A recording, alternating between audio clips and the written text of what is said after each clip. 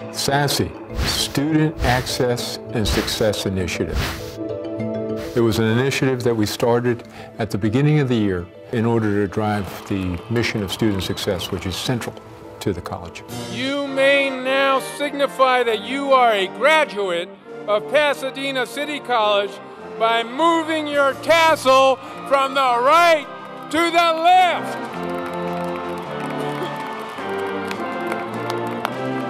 So I worked with the board and we created this pool of $1 million, which is a real firm commitment of resources.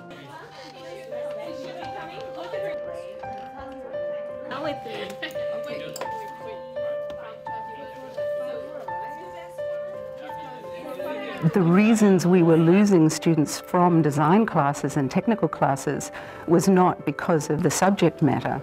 Most of the students are actually really excited about technology and design.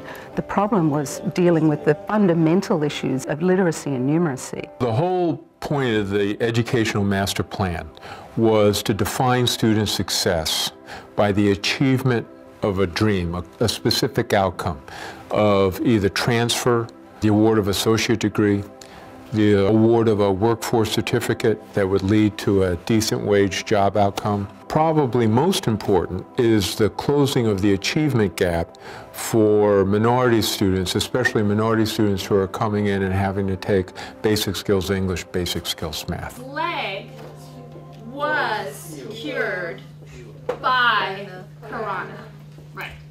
But what would be more direct? I heard heal, right? Recover.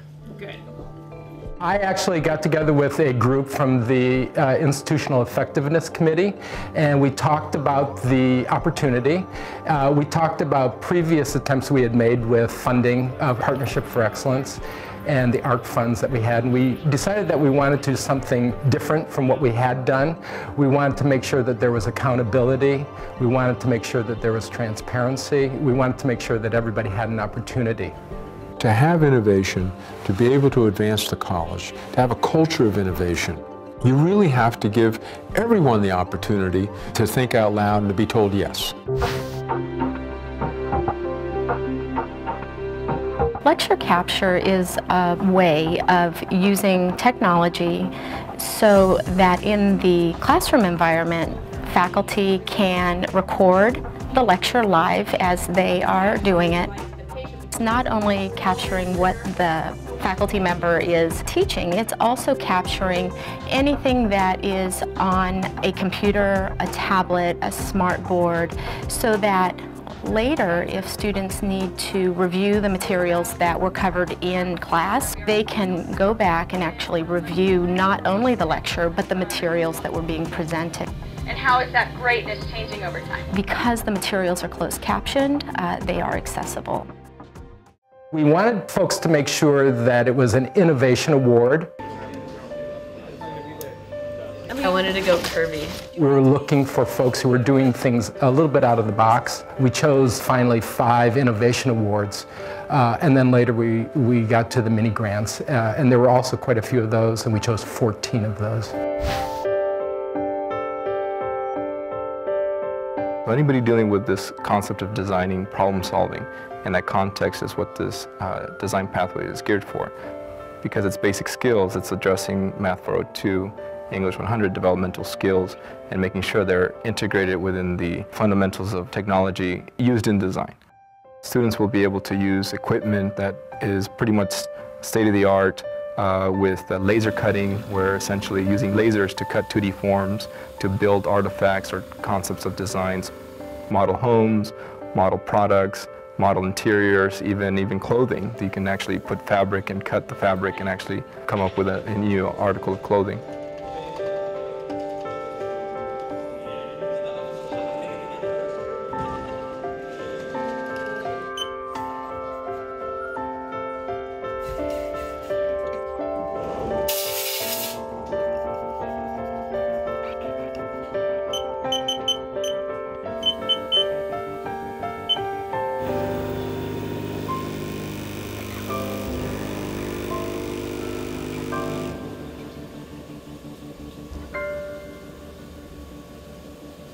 It's a lot of pressure. Is it? Yeah. because it's fairly automated. So once I like let it go, there's a mistake. Like I probably won't find it until later, where the whole piece of stock is scrapped. And then after like the mistake happens later on, this whole program might take 1 or 2 hours. So if it happens at the latter part, then like the whole day's work is dead. So you kind of just let me go, and I don't really need to, I don't know, reference anything anymore. So I'm here quite often. Thanks.